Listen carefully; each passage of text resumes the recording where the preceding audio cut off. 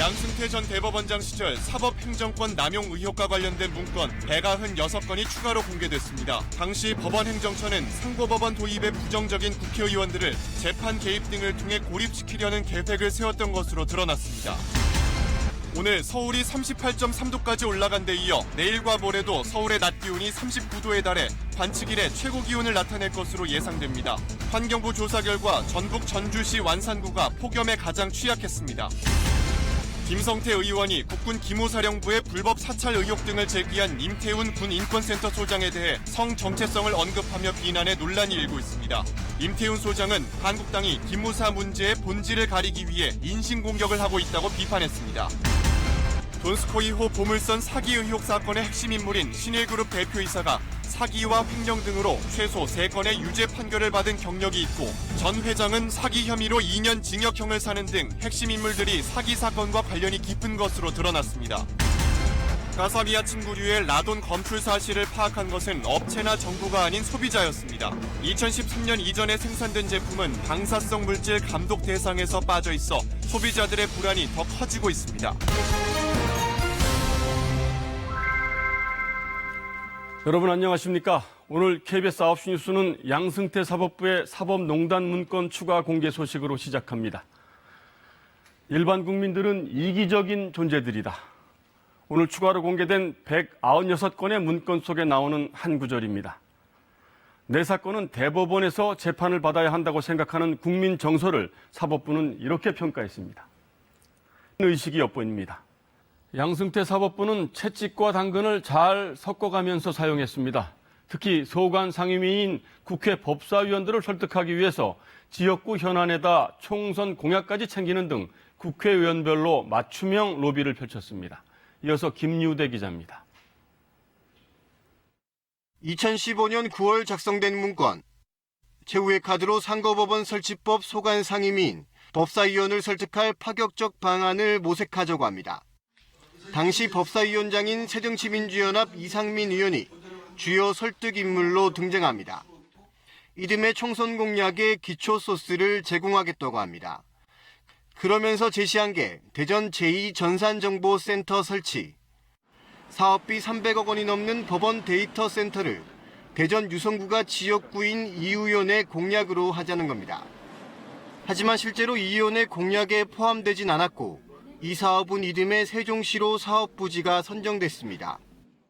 특허 관련 소송을 대전에 있는 특허법원으로 몰아주는 법안도 언급됐는데 이 법안은 몇 달 뒤 실제로 국회를 통과했습니다. 법사위 여당 중진이었던 이병석 새누리당 의원을 향해서도 구애를 펼칩니다. 경북 포항이 지역구인 이 의원을 위해 대구법원 청사 이전 등 지역 발전을 위한 아이템을 적극 발굴하겠다고 합니다. 대구법원 청사는 대구가 지역구인 당시 유승민 새누리당 원내대표를 공략하는 방법으로도 언급됐습니다. 상고법원을 도입해주면 아예 법사위원들의 지역구에 상고법원 지부를 설치해주겠다고도 합니다. 상고법원만 도입시켜주면 지역구에 선물을 던져주는 거래를 하겠다는 겁니다. 야당 지도부였던 전병헌 의원에 대해선 개인 민원으로 법원에 먼저 연락을 해왔다며 민원 해결을 통해 접촉을 시도하겠다고 구상합니다. 이 밖에도 디자인센터부터 폐기물 매립지 건립 등 법원과는 전혀 무관할 것 같은 법사위원들의 지역구 현안도 꼼꼼히 챙겼습니다. 법사위원 접촉 방법으로 학연 지원 등으로 엮인 법원 내 일선 판사를 활용하려고도 했습니다. KBS 뉴스 김유대입니다. 언론을 활용한 홍보 전략도 빼놓지 않았습니다. 특히 보수적인 논조의 조선일보를 우군으로 삼아서 상고법원 옹호 기사를 많이 식혜하고 여론조사를 빙자한 광고비 집행 계획까지 꼼꼼하게 세웠습니다. 계속해서 이지윤 기자입니다. 2015년 4월 25일 작성된 조선일보를 통한 상고법원 홍보 전략 문건입니다. 설문조사와 좌담회를 개최하는 등의 방법으로 조선일보를 통해 상고법원을 적극 홍보해야 한다고 돼 있습니다. 특히 설문조사는 법원행정처가 아예 질문지까지 만들어 제공하는 방안을 제시했습니다. 설문조사를 하면서 상고법원 반대 응답이 높아지기 전에 조사를 중단한다고 돼 있습니다. 여론 조작까지 시도한 정황입니다. 설문조사 비용은 조선일보에 상고법원 광고를 내면서 광고비에 포함시키자는 계획도 세웁니다. 실제 실행됐다면 횡령죄가 될 수 있는 범죄입니다. 뿐만 아닙니다. 좌담회는 참석자와 논의할 내용을 정해주고 아예 기사 날짜까지 제안했습니다. 실제로 대법원이 지정한 날과 비슷한 시기, 조선일보는 1면과 3면을 할애해 상고법원 기사를 실었습니다. 그러자 법원행정처는 조선일보의 파급력을 언급하며 만족감을 드러냅니다. 또 여론전에서 확고한 우위를 점하자 조선일보와 한 배를 탄 것으로 받아들여질 정도로 기사를 실게해야 한다고 말합니다. 그해 9월 작성된 조선일보 보도 요청사항 문건. 상고심이 지연되면서 경제적 손실이 발생한 구체적 소송 사례들이 제시됐습니다. 그러자 한 달 뒤 나온 조선일보는 이 사례를 인용하며 노골적으로 상고법원 도입을 주장합니다.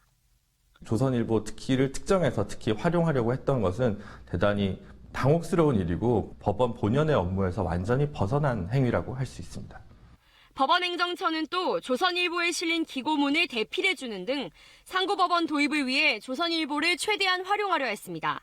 KBS 뉴스 이지윤입니다.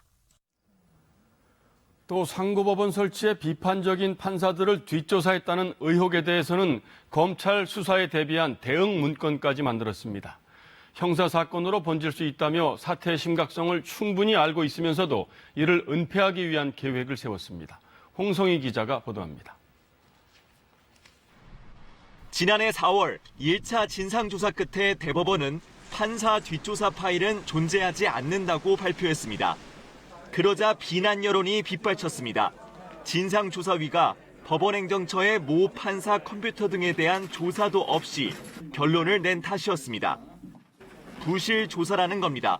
인사상 불이익을 주장하는 검토까지 있었습니다. 그런 자료들도 확인하지 않고 불이익이 없다는 결론을 내렸고 법원 안팎에선 추가 조사 요구가 거세진 상황. 이에 법원행정처는 대응 전략 문건을 작성했습니다. 현안 관련 추가 물적 조사 검토 문건. 추가 물적 조사를 해서 조직적인 국제인권법 연구의 탄압 계획이 실제로 있었다는 내용이 나온다면 훨씬 강한 후폭풍이 발생한다고 걱정합니다. 또 나아가 관련자 컴퓨터 모두를 조사하자는 요구가 높아질 수 있고 형사사건으로 번질 가능성도 높다고 썼습니다. 법원행정처 스스로 검찰 수사 가능성을 예견한 겁니다. 법원행정처는 추가 물적 조사를 하지 않는 경우도 시나리오를 세웠는데 합당한 이유를 제시하면 수습 국면으로 전환할 수 있다고 기대했습니다. 그러면서도 이런 상황을 다수가 합리적으로 받아들이기 매우 어려울 것이라고 적고 있습니다. 사태의 심각성을 완전히 이해하고 있었던 겁니다. 오늘 문건 공개에 대해 안철상 법원행정처장은 사법행정권 남용으로 국민을 위한 재판에 역행하는 행위를 하지 않겠다는 다짐이라고 밝혔습니다. KBS 뉴스 홍성입니다. 요즘 늘 덥긴 하지만 오늘은 정말 더우셨죠. 서울의 낮 최고 기온이 자그마치 38.3도로 111년 기상 관측 사상 두 번째로 높았습니다. 숨이 턱턱 막히는 하루였는데 내일과 모레는 더 더울 거라고 합니다. 이정훈 기상 전문 기자가 보도합니다. 물감을 풀어놓은 듯한 파란 하늘. 그 아래 도심은 오늘도 한증막처럼 펄펄 끓었습니다. 거리는 인적이 뚝 끊겼고 물가에는 사람들이 옹기종기 모였습니다. 땀이 쏟아지는데 진짜 숨 막혀 죽을 것 같더라고요. 그걸 오늘 진짜 체험을 했어요. 종로구 송월동에 있는 서울 기상관측소. 오후 3시 19분 이곳의 온도계가 38.3도까지 치솟았습니다. 1994년 기록한 역대 최고 기온보다 불과 0.1도 낮은 111년 만에 두 번째 높은 기온입니다. 서울 강북구에 설치된 자동 기상관측 장비의 비공식 기온은 39.3도까지 올라 전국에서 가장 높았습니다. 남쪽의 분지 대구보다 5도나 높은 기온입니다. 상대적으로 더위가 덜한 수도권에 이례적인 폭염이 닥친 겁니다. 대기 하층으로는 태백산맥을 넘으면서 달궈진 동풍이 수도권까지 뒤덮었습니다. 상층으론 중국 북부에서 뜨겁게 부풀어 오른 고기압이 확장해 오면서 수도권에 열기가 집중된 것입니다. 대기 상층으로부터 고온 건조한 공기가 유입되고 대기 하층으로는 동풍에 의해 공기가 더욱 가열되면서 수도권 지방을 중심으로 38도 이상 오른 곳이 많았습니다. 내일은 상층의 더운 고기압이 확장하면서 기온을 더 끌어올리겠습니다. 서울과 춘천의 낮 기온은 역대 최고 기록을 넘어 39도까지 치솟겠고 대전과 광주도 38도까지 오르겠습니다. 기상청은 수도권에 40도에 육박하는 극한 폭염이 모레까지 이어지고 이후로도 35도를 웃도는 찜통더위가 최소 일주일 이상 지속될 것으로 내다봤습니다. KBS 뉴스 이정훈입니다. 환경부가 폭염 취약성 지수라는 걸 발표했습니다. 지역별로 더위에 취약한 인구의 비율, 또 소방대원과 의료기관의 수 등을 고려해서 폭염에 대응할 수 있는 능력을 수치로 나타낸 건데요. 전국 252곳의 지자체를 비교해봤는데 폭염 대응 능력이 가장 떨어지는 곳은 전북, 전주, 완산구로 나타났습니다. 보도에 유란 기자입니다. 강당에 텐트가 줄지어 세워졌습니다. 바깥 기온은 여전히 30도를 웃돌지만 이곳은 잠자기에 적당히 시원합니다. 자다가 질식하겠더라고요. 너무 좋아요. 너무. 우리나라 이렇게 좋은 나라인 줄 몰랐어요. 잠을 못 자요. 네, 그래서 막 물 깬지고 또 들어갔다 또 나와서 또 깬지고. 환경부 발표에서 서울시 자치구 중 가장 폭염에 취약한 곳으로 발표된 노원구가 어르신들을 위해 마련한 잠자리 쉼터입니다. 폭염 취약성 지수란 지자체가 폭염에 얼마나 취약한지를 0에서 1 사이의 값으로 나타낸 겁니다. 1에 가까울수록 더 취약하다는 뜻인데 전국에서 전주시 완산구가 0.61로 가장 높았고 익산시와 전주시 덕진구 등이 뒤를 이었습니다. 평균 기온은 높은데 인구당 소방 인력은 적고 또 응급 의료기관도 상대적으로 적은 것이 원인으로 지목됐습니다. 이처럼 가장 폭염에 취약한 최상위 9곳 중 7곳이 전라도와 광주광역시에 몰려 있습니다. 더위에 더 취약한 노약자로 범위를 좁혀도 결과는 비슷했습니다. 기상 노출이 일단은 높은 측면과 함께 또 이제 민감군의 거주 비율이 높았고요.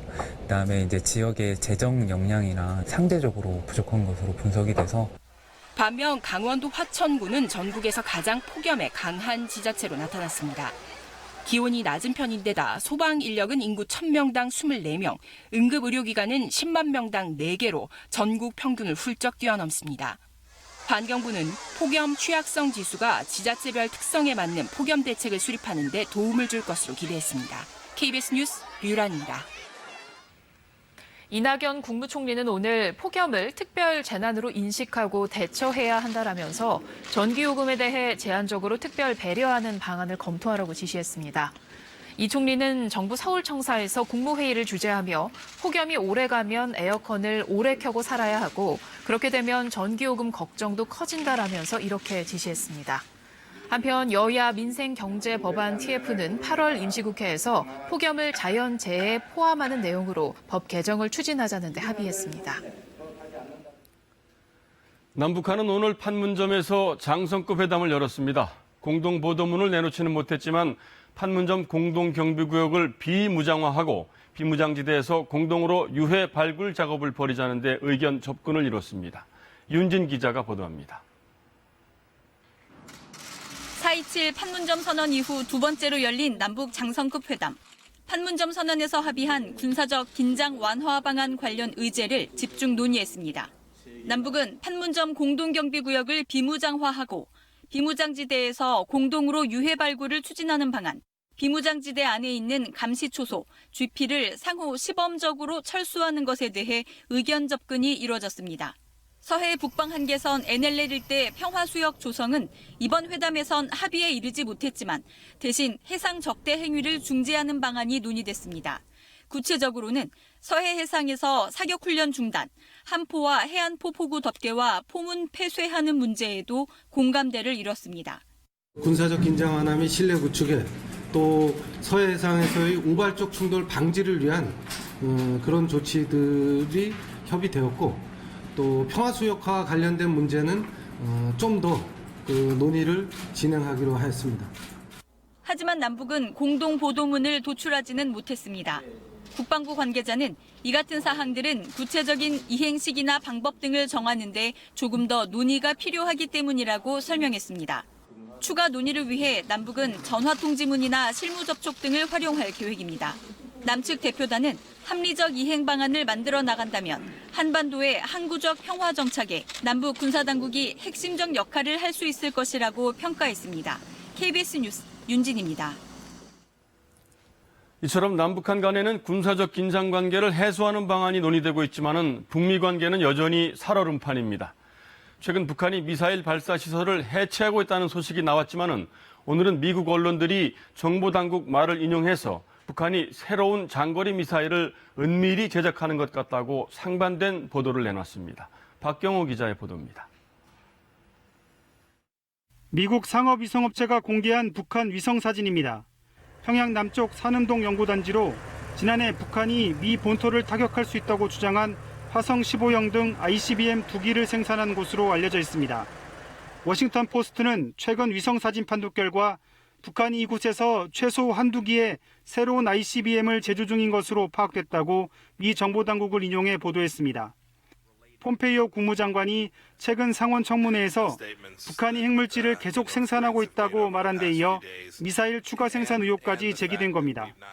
하지만 이는 지난주 미국의 북한 전문 매체 산팔로스가 북한이 서해 위성 발사장을 해체하는 것으로 보인다고 밝힌 것과는 차이가 있습니다. 불과 한 주 사이에 미사일 관련 시설 해체와 추가 제조라는 상반된 보도가 나온 것입니다. 한미 양국은 공식 확인 없이 관련 동향을 예의주시하고 있다는 입장입니다. 우리 군은 한미 공조하에 북한 주요 지역에서의 관련 동향들과 활동들에 대해서 면밀히 추적, 감시하고 있습니다. 북한이 싱가포르 북미 정상회담 합의를 지키겠다는 의지를 보이면서도 한편으론 대북 제재 완화가 더딜 경우를 대비해 핵과 미사일 카드를 여전히 손에 쥐려 한다는 분석도 나오고 있습니다. 다만 미군 유해 송환으로 풀릴 것 같던 비핵화 교착 국면도 여전히 살얼음판이란 것만큼은 분명해 보입니다. KBS 뉴스 박경호입니다. 이렇게 비핵화가 먼저냐 대북 제재 완화가 먼저냐 북미 간의 신경전이 치열해지면서 우리 정부 역할이 더 중요해졌습니다. 정부는 이산가족 상봉을 앞두고 현지 시설 점검 등을 위해서 내일 통일부 차관을 금강산으로 보냅니다. 앞으로 남북 북미 관계가 어떻게 전개될지 서지영 기자가 전망해드립니다. 미국의 대북 제재에 남측은 동조하지 말라. 북한이 당 기관지를 통해 우리 정부의 대북 제재 협력 움직임에 강한 불만을 쏟아냈습니다. 군 통신선 연결에 필요한 물자도 미국의 승인을 받아야 한다며 겉만 번지르르 할 뿐 실속이 없다고 지적했습니다. 그러면서 대북 제재에 천착한 정부가 개성공단 가동과 금강산 관광 재개에 나서지 않는다고 비난했습니다. 남북 관계 진전에 대한 대남 압박이 거세지는 상황. 이런 가운데 천혜성 통일부 차관이 내일 북한을 방문합니다. 천 차관은 이산가족 상봉을 앞두고 금강산 현지에서 시설 점검과 현장 근로자 격려 등을 할 예정입니다. 그러나 차관의 이례적인 방북에 금강산 관광 연계 가능성이 제기되자 통일부는 제재 국면이라며 일단 선을 그었습니다. 정부는 완전한 비핵화를 위한 한미 공조에 균열을 내진 않겠다는 입장입니다. 다만 남북관계 진전을 위해서 대북 제재 예외 조치를 인정해 줄 것을 미국에 요청하고 있습니다. 지난주 미국을 방문한 서훈 국가정보원장과 박선원 특보는 대북 제재 면제 확대 범위를 논의한 것으로 전해졌습니다. 남북 교류 협력을 활성화시키는 차원에서의 제재 유예 조치는 우리 정부가 좀 더 적극적으로 미국을 설득하는 그런 자리를 만들 필요가 있다.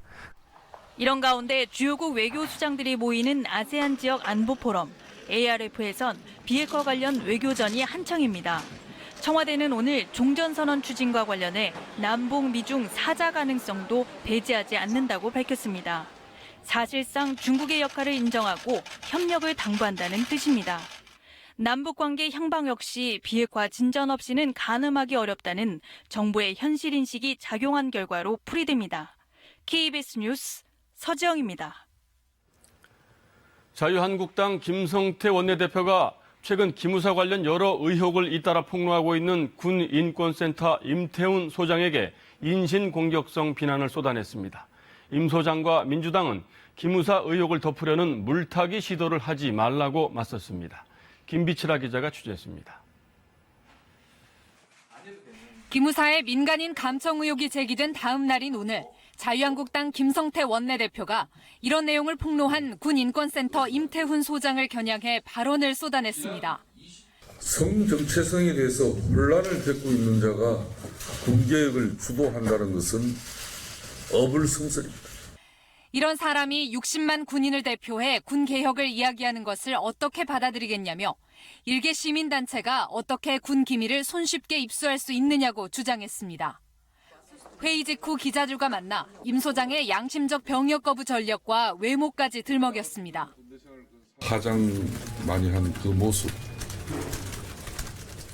또 그런 전력을 가진 사람이 지금 기무사 개혁과 군개혁을 이야기하는 게 이에 임 소장은 물타기 시도라며 개헌 문건을 옹호하는 한국당의 의도부터 밝히라고 목소리를 높였습니다.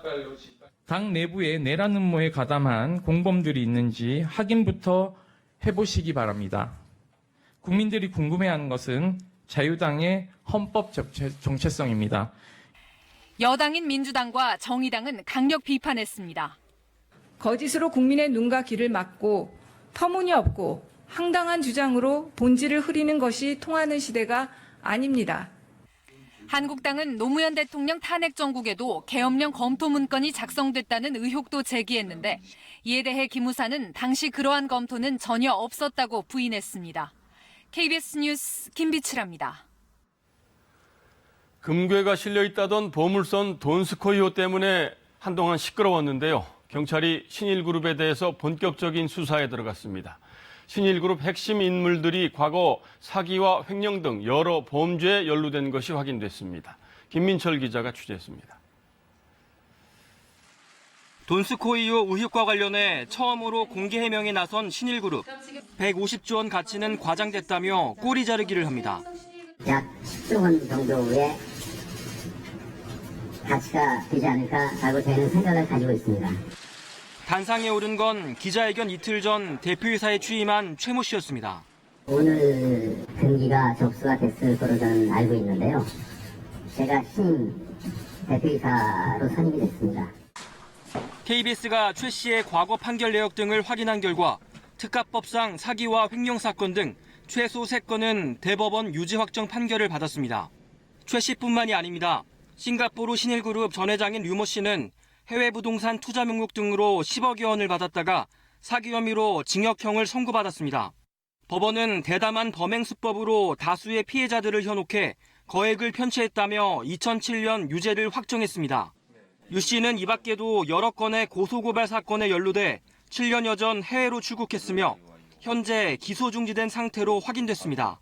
전체적인 총괄 지휘 하고 설계하고 또 이제 게시판도 작업을 하고 SNS 활용이 능하니까 그 친구가 작업을 했죠. 경찰은 류 씨를 돈스코이호 사건의 몸통으로 지목하고 류 씨의 행방을 확인하는 데 수사력을 집중하고 있습니다. 새로 대표에 선임된 최 씨 등은 이른바 바지 사장으로 류 씨가 핵심 인물이라는 진술 등을 확보한 것으로 전해졌습니다. 류 씨는 그동안 주로 베트남에 체류해온 것으로 알려졌습니다. 경찰은 정확한 소재를 파악하기 위해 사법공조에 나서는 방안도 검토하고 있습니다. KBS 뉴스 김민철입니다. 새로 산 물건에 결함이 있다면 교환이나 환불을 받는 게 당연한데 유독 자동차만 그게 잘 안 됩니다. 새 차에 문제가 생겨도 수리를 받는 것 말고는 다른 구제 방법이 없다 보니 새 차 사는 건 뽑기 운이다 이런 말이 있을 정도인데요.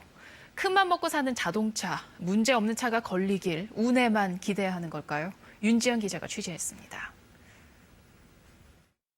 꽉 막힌 고속도로 갓길에 BMW 미니 한 대가 서 있습니다. 새어나온 냉각수가 사방으로 튀어 엔진룸을 덮었습니다. 엔진이 과열됐으니 서행하세요라는 경고등이 떠서 갓길로 이동을 하는 중에 거의 1분도 안 돼서 갓길에 정차하세요. 이런 메시지가 떠서 저는 너무 무서워서 바로 즉시 갓길에 세운 거죠. 사고가 난 건 새 차를 받은 지 불과 일주일 만입니다. 위험해서 내릴 수는 없었고요. 시동을 켤 수도 없는 상황이었기 때문에 40분 동안 차 안에서 그 폭염에서 앉아서 기다릴 수밖에 없는 상황이었었거든요. 해당 차량을 정비한 뒤 작성한 작업 지시서입니다. 외부 충격이 없고 생산 과정 문제일 가능성이 있다고 적혀 있습니다. 그런데도 판매사 측은 교환이나 환불은 무조건 안 된다는 입장입니다. 소비자의 과실이 전혀 없는 상황에서 자동차 엔진에 치명적인 결함이 나타났고 차의 운행이 중단됐다는 얘기죠. 거기다가 엔진에는 어떤 그런 충격이나 열 손상이 분명히 가해졌을 거고요. 자동차 결함과 관련한 교환 환불 분쟁은 해마다 수백 건. 고장이 작거나 중대 결함이 있는 새 차를 아예 다른 차로 바꿔주는 이른바 한국형 레몬법이 내년부터 시행됩니다. 불량품을 뜻하는 과일 레몬을 빗댄 법안인데 얼마나 효과를 거둘진 미지수입니다. 가자 입증 절차가 복잡하고 결함 여부에 대한 구체적인 판단 기준도 부족합니다. 제조 단계에서부터 하자라는 건 소비자가 다 입증해야 되거든요. 이거는 굉장히 소비자 입장에서는 불가능한 거죠. 교환과 환불 여부를 결정할 심의위원회를 얼마나 전문적이고 독립적으로 구성하느냐도 과제로 지적되고 있습니다. KBS 뉴스 윤지연입니다. 대진 침대 매트리스에 이어 까사미아의 침구류에서도 기준치 이상의 방사선 양이 검출되면서 불안감이 커지고 있습니다. 특히 이번에도 소비자가 직접 라돈 검출 사실을 파악하면서 업체나 정부에 대한 불신은 더 커졌는데요. 우리 집 침구류는 안전한 건지, 측정 장비를 구비해야 하는 건지 답답한 마음입니다.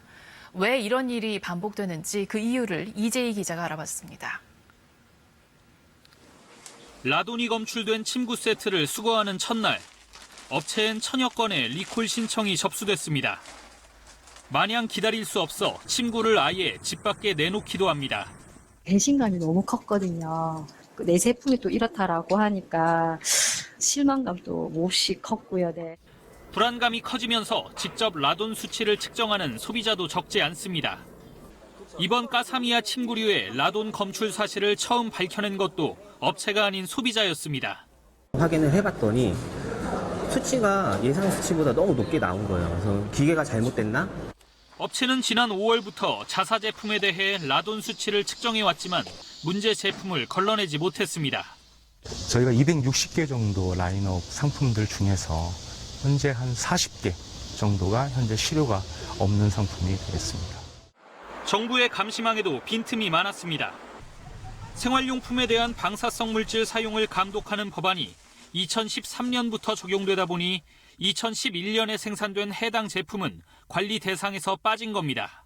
2013년 이전 모든 제품에 대해서 조사하는 건 현실적으로 쉽지 않고요. 우선은 13년 이후 제품에 대해서 우선 조사를 한 이후에 결국 법 제정 전에 만든 제품은 소비자 신고 없이는 문제 유무도 알 수 없는 상황입니다. 업체와 정부는 뒤늦게 수거에 최선을 다하겠다고 밝혔지만 소비자들의 불안한 마음을 달래기에는 역부족입니다. KBS 뉴스 이재입니다. 최근 어린이집 통학버스에서 잠든 아이가 숨지는 사고가 있었는데요. 2년 전 여름 광주에서도 찜통 더위 속에 유치원생이 버스에 남겨졌다. 지금까지도 의식불명 상태입니다. 이 사고 이후 유치원 통학 차량에 안전벨 설치가 의무화됐는데 벨이 울리지 않도록 개조하는 경우가 많다고 합니다. 박영민 기자가 취재했습니다. 유치원 통학버스에서 아이들이 내리자 운전기사가 시동을 끕니다. 좌석을 확인한 기사가 안전벨을 누를 때까지 경고음이 울립니다. 2년 전 통학 차량에 유치원생이 갇히는 사고가 나자 광주시 교육청이 내놓은 대책입니다. 그런데 운전대 위쪽에 의심쩍은 기기가 있습니다. 버튼을 누르니 안전벨 전원 공급이 차단됩니다. 오랫동안 기사해놓고 그럴 때는 조금 빼놓고 그래 배기라는 게 적당히 많아요. 또 다른 유치원 통학버스. 운전대 아래에서 수상한 전선이 발견됩니다. 그냥 뚜껑 열고 뒤로 빼면 돼. 필리가 나간다. 네. 불편하니까 제 필리를 거꾸로 빼놨죠. 지난해 1월 스위치로 안전벨 전원 공급을 차단할 수 있다는 KBS 보도가 나온 뒤 더 교묘한 방식이 쓰이고 있습니다. 차량 배터리를 아끼기 위해서입니다. 설치하기도 어렵지 않습니다. 선 하나만 잘라가지고 연결하면 되는 거거든요. 아니면은 뭐 카센터 가가지고 해도 되고 네. 조그만 지식만 있으면 할 수 있는 부분이고. 취재가 시작되자 교육당국은 교통안전공단 등과 함께 점검에 나서겠다고 밝혔습니다. 그 학부모님들이 우려하는 부분을 최소화하는 방향으로 그렇게 검토를 하겠습니다. 정부는 그동안 관리 사각지대에 남아있던 어린이집 통학 차량에도 올해 연말까지 잠자는 아이 확인 장치를 설치하기로 했습니다. 동두천 사고에 따른 조치가 실효를 거두기 위해선 안전장치가 제대로 작동할 수 있도록 보완 대책이 마련돼야 할 것으로 보입니다. KBS 뉴스 박영민입니다. 지난 정부의 노동 행정에 대한 조사 과정에서 기아차 비정규직 노동자 불법 고용 관련 수사가 수년째 제대로 이뤄지지 않은 이유가 드러나는데요. 조사를 한 고용노동행정개혁위원회는 사실상 검찰이 수사를 지연했다고 판단했습니다. 이승철 기자가 보도합니다. 농성 중인 사람들은 현대기아차 비정규직 노동자들입니다.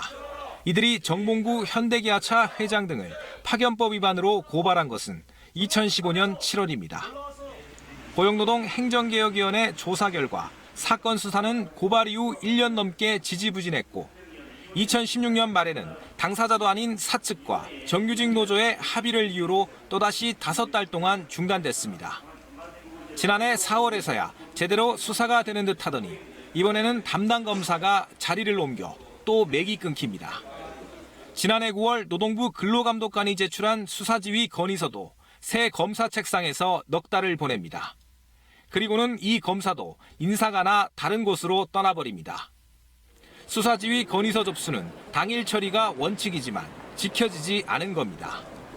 이렇게 미뤄져 온 기아차 불법 파견 수사는 올 4월부터 재개됐습니다. 고발한 지 3년 만입니다. 2006년 한국GM의 불법 파견 수사는 1년도 걸리지 않았습니다. 고용노동 행정개혁위원회는 검찰이 고의로 수사를 지연했다고 판단했습니다. 이에 대해 검찰은 담당 검사가 8,000쪽이 넘는 기록을 검토하느라 시간이 필요했고 정기 인사이동에 따른 불가피한 상황이었다고 해명했습니다. 국정조사를 통해서 현대기아차의 불법 파견이 왜 해결되고 있지 않은지 명백하게 사실과 진실이 조사되고 밝혀졌으면 좋겠습니다. 고용노동 행정개혁위원회는 고용노동부의 현대기아차 불법 파견 문제 해결을 권고할 것으로 알려졌습니다. KBS 뉴스 이승철입니다. 청와대 온라인 청원 제도가 시작된 지 1년이 다 돼갑니다. 본래 취지대로 국민 목소리를 직접 들을 수 있는 통로의 역할을 톡톡히 하고 있지만 제도 개선으로 이어지기까지 한계도 분명하다는 지적입니다. 유호윤 기자입니다. 지난 3월 한 신도시 주민들이 택배 차량의 지상 진입을 막자 정부가 중재안을 내놨습니다. 실버 택배 기사들이 택배물을 옮겨주겠다는 겁니다. 그러자 특정 아파트 일에 왜 세금을 사용하느냐는 청와대 청원에 28만 명이 동참했고 계획은 결국 백지화됐습니다. 저희가 이제 국민의 뜻을 받아서 이제 이 제도 시행하는 것을 철회하겠다 이렇게 말씀을 드렸습니다. 지난해 8월 시작된 청와대 온라인 국민청원은 현재까지 25만 건이 넘습니다. 71만 명이 참여한 예멘 난민 반대 청원 등 청와대가 답변을 약속한 한 달 내 20만 명 참여 기준을 충족한 경우도 48건이나 됩니다. 민심을 국정에 반영하고 여론 동향을 살피는 시금석으로 볼 수 있지만 한계도 명확합니다. 청원 상당수가 입법 과정을 필요로 하기 때문입니다. 빠른 법 개정을 통해서 그런 안타까운 일들이 줄어들 수 있도록 하는 게 최선의 방법입니다만 게다가 청와대 국민청원은 제도 개선이나 입법 필요성에 있는 내용을 골라낼 기준이나 시스템도 마련돼 있지 않습니다. 여기에 청와대 국민청원이 여론 쏠림 현상을 심화시켜 수기 과정을 건너뛰게 한다는 지적도 앞으로 풀어야 할 과제입니다. KBS 뉴스 유호윤입니다. 국회에도 청와대 국민청원과 비슷한 제도가 있습니다. 입법권을 가지고 있어서 문제 해결이 더 빠를 수도 있는데 국회 신문고는 별로 인기가 없습니다. 왜 그런 걸까요? 조태음 기자가 이유를 알아봤습니다. 개성공단이 폐쇄되면서 의류를 팔던 매장까지 접어야 했습니다. 거래처부터 수억 원의 손해를 배상하라 아우성인데 억울함을 호소할 길 없던 이 기업인 국회 입법청원에 기대보기로 했습니다. 그런데 본회의에 부의하지 않는다는 간단한 답을 받기까지 1년이 걸렸습니다. 시간이 너무 오래 걸려서 저희도 답답했고 논의를 3차례 정도 한 것 같은데 그 과정에 있어서도 저희에게 통보도 없었고 결과라도 받아본 건 그나마 사정이 났습니다. 계류 중인 청원 131건 중 40여 건은 제출 2년이 넘었습니다. 절차도 복잡합니다. 국회 입법청원의 첫 절차는 이렇게 양식을 인수해서 작성하는 겁니다. 아직 온라인 접수 시스템이 없기 때문입니다. 다음 절차는 청원을 소개해줄 의원을 찾는 겁니다. 청원인들이 가장 어려워하는 게 이 부분입니다. 자신의 지역구 의원이나 관련 문제에 평소 관심을 가진 의원을 찾아가 부탁하고 이 서류를 민원실에 내야 끝입니다. 온라인으로 가능한 청와대 청원에 비해 불편하고 복잡합니다. 이 입법청원인도 이 과정을 거쳐 1년 전 청원을 냈지만 결과는 아직입니다. 통과나 이렇다 할 그 진행 상황이 잘 들려오지 않더라고요. 왜 그런 거죠? 우선은 청원을 하셨을 때 그에 대해서 무겁게 받아들이고 논의를 해야 되는데 오히려 좀 국회가 좀 그런 시스템이 안 돼 있죠. 그러다 보니까 논의가 안 됐고. 국회 입법청원은 4년 동안 200여 건, 온라인 청원 접수와 20만 명 이상이 서명한 청원은 자동 심사가 가능하게 하자는 법안이 발의돼 있지만 이 또한 통과를 기약할 수 없습니다. KBS 뉴스 조태엠입니다. 무슨 페이라 불리는 간편 결제 서비스들인데요. 하루 평균 300만 명이 이용할 정도로 요즘 많이들 쓰시죠. 가맹점에서 간편 결제 회사를 거쳐서 결제 대행사로 넘어가고 다시 신용카드사로 이렇게 3단계 결제 과정을 거치는 건데요. 각 단계별 수수료에다 카드사 신용 비용까지 들어갑니다. 그런데 정부가 추진하고 있는 일명 제로페이는 신용카드 결제가 아니라 내 은행 계좌에서 바로 돈이 빠져나가는 방식입니다. 시중은행들은 이체 수수료를 면제해 주겠다고 나섰습니다. 소상공인들은 카드 수수료 부담을 덜게 돼서 반기고 있지만 실제 소비자 입장에서 이 제로페이 쉽게 쓸 수 있을지 궁금합니다. 신선민 기자가 취재했습니다. 5년간 음식점을 운영해온 김보성 씨. 제로페이 시행을 앞두고 모바일 직불 단말기를 설치했습니다. 수수료 없는 부분에 있어서는 진짜 더할 나위 정말 좋은 혜택이라고 생각을 하고요. 자영업에 있어서 부담을 좀 덜어줬으면 하는 게. 하지만 소비자 입장에선 이용하기가 간단치 않습니다. 카드만 내면 되는 것과 달리 휴대전화 앱을 열고 QR코드를 찍어야 되기 때문입니다. 모바일 방식이 익숙치 않으니까 이게 사용하는 것도 불편하고 나이 많이 드신 분들은 아예 핸드폰 자체를 잘 사용할지도 모르니까. 또 신용카드는 일단 결제하고 나중에 카드사에 내면 되는데 제로페이는 당장 계좌에 돈이 없으면 사용이 불가능합니다. 정부가 신용카드 사용자를 유인하기 위해 제시한 제로페이의 소득공제율은 40%입니다. 현재 공제율 15%에 불과한 신용카드 사용액이 30%인 체크카드보다 4배나 더 많은 점을 고려하면 소득공제율이 이용자들을 끌어들일 무기가 될 수 있을지는 미지수입니다. 여기에 신용카드엔 각종 가맹점 할인, 포인트 혜택 등도 따라옵니다. 결제 앱에 교통카드 기능을 탑재하거나 민간 결제 플랫폼 사업자들도 구매 시 할인 혜택이라든지 포인트 적립 그리고 선물 이벤트 등의 다양한 혜택도 모색할 계획입니다. 이와 함께 가맹점과 고객 확보를 위해 참여한 간편결제 회사와 은행들이 낮은 수수료 유지를 위해 비용 부담을 얼마나 감내할 것인가도 문제로 남아 있습니다. KBS 뉴스 신선민입니다. 법무부 출입국 외국인 사무소 직원들이 불법 체류자를 단속한다면서 20대 외국인 유학생을 마구 폭행했습니다. 유학생 신분인 것을 확인하고 나서도 아무런 치료를 받지 못하도록 보호시설에 닷새 동안 가둬놨던 것으로 드러났습니다. 손원혁 기자가 취재했습니다. 공사장에서 일하다 잠시 그늘에서 쉬고 있던 우즈베키스탄인 24살 A씨. 갑자기 두 남성이 다가와 주먹을 휘두르기 시작합니다. 승합차에서 내린 남성까지 가세해 5명이 A씨를 때려 쓰러뜨립니다. 불법 체류자를 단속하는 법무부 소속 창원 출입국 외국인 사무소 공무원들입니다. 피가 났어. 피를 보고 아이 너들 뭔데 내 사람 이러면 되나. 따지니까 그 양반들이 아이씨는 뭐 상관하지 말아 이런 식으로 야유를 하더라고요. 하지만 폭행을 당한 A씨는 지난 3월 경기도의 한 대학원에 입학한 유학생이었습니다. 방학을 맞아 경남 함안에 내려와 공사장 아르바이트에 나선 첫날 봉변을 당했습니다. 단속반원들은 현장에서 미란다 원칙 고지 절차와 인권보호 준칙도 지키지 않은 것으로 알려졌습니다. 이제 신원 확인을 거부하였고, 그 다음에 위험한 물건을 소지한 상태에서 도주하고 저항을 하다 보니까 불가피하게 이제 물리력을 행사하게 되었습니다. 출입국 사무소는 A씨가 불법 체류자가 아닌 사실을 확인하고도 실제 학업 이행 여부 등을 조사해야 한다며 닷새 동안 붙잡아뒀습니다.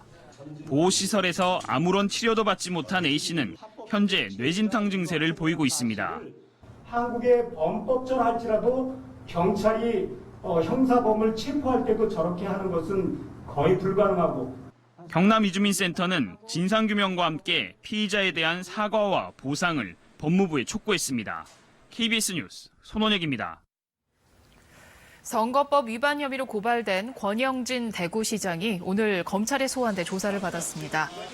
권 시장은 6.13 지방선거를 앞둔 지난 5월 5일 현역 지방자치단체장 신분으로 같은 당 소속 기초단체장 예비후보의 선거사무소 개소식에 참석해 20분 동안 지지 발언을 하는 등 선거법을 위반한 혐의로 대구시 선관위에 의해 고발당했습니다. 공정거래위원회가 미세먼지를 99.9% 제거해준다는 등 부당 광고를 한 혐의로 6개 공기청정 제품 사업자의 시정 명령과 함께 과징금 7,500만 원을 부과하기로 했습니다. 적발된 업체는 코스모앤컴퍼니, 대유위니아, JSP 인터내셔널, SK매직, 교원, 오텍캐리어입니다. 승용차의 개별 소비세율을 연말까지 한시적으로 5%에서 3.5%로 내리는 내용의 개별 소비세법 시행령 개정안이 오늘 국무회의에서 통과됐습니다. 정부는 이에 따라 출고 가격 기준으로 2천만 원짜리 승용차는 43만 원, 2,500만 원짜리 승용차는 54만 원의 가격 인하 효과가 있을 것으로 예상했습니다. 내일부터 일하는 저소득 노인과 장애인에게 최대 14만 원의 생계급여가 추가로 지원됩니다. 정부는 이 정책으로 16,000여 명의 생계급여가 인상되고 선정 기준을 벗어난 차상위 비수급 빈곤층 중 일부가 새로 생계급여 대상자가 될 수 있을 것으로 내다봤습니다. 더위를 피해 시원한 전시회를 찾아보시는 건 어떨까요? 100만 개가 넘는 레고로 만든 작품으로 감탄을 자아내는 곳도 있고 추억 속 만화 영화 은하철도 999를 만날 수 있는 곳도 있습니다. 방학을 맞은 자녀들과 함께 가보셔도 좋을 듯 싶습니다. 장혁진 기자가 안내합니다.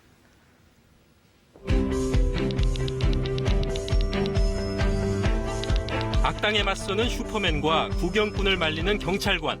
덴마크 레고 본사에서 인증한 세계 첫 전시회입니다. 이탈리아 레고 창작가들이 101만 개 조각으로 조립한 작품들이 관람객을 맞습니다. 건축 설계사라든가 그리고 엔지니어들이 참여를 했고 역사적 고증에서 고고학자들의 검증을 거쳐서 만들었기 때문에 가장 눈길을 끄는 건 너비 8.5m, 높이 3.6m에 이르는 거대 장난감 도시. 사용된 블록 개수만 28만 개, 제작 기간만 8년이 걸렸습니다. 엠파이어 스테이트 빌딩 같이 실존하는 건물도 재현했습니다. 한국의 숭례문은 처마의 곡선미까지 살렸습니다. 정교한 묘사에 어른들도 신기한 건 마찬가지입니다. 60대가 넘은 전후에 있는 사람들은 상당히 향수를 불러일으키는데 애들의 장난감에서 이제는 완전히 벗어난 것 같은 그런 감정을 느끼네요. 명작 만화를 주제로 한 전시회에서 부모 세대들은 어릴 적 기억을 떠올립니다. 증기기관차. 증기기관차랑 거의 비슷한 거죠. 8, 90년대 전자산업의 성지로 불렸던 용산 전자상가가 전시공간으로 다시 태어났습니다. 좋아했던 캐릭터들을 직접 그려보고 만화 속 주인공도 돼봅니다. 추억이 돼버린 그 시절 장난감과 만화들. 이제는 어엿한 전시작품으로 향수를 불러일으키고 있습니다. KBS 뉴스 장혁진입니다.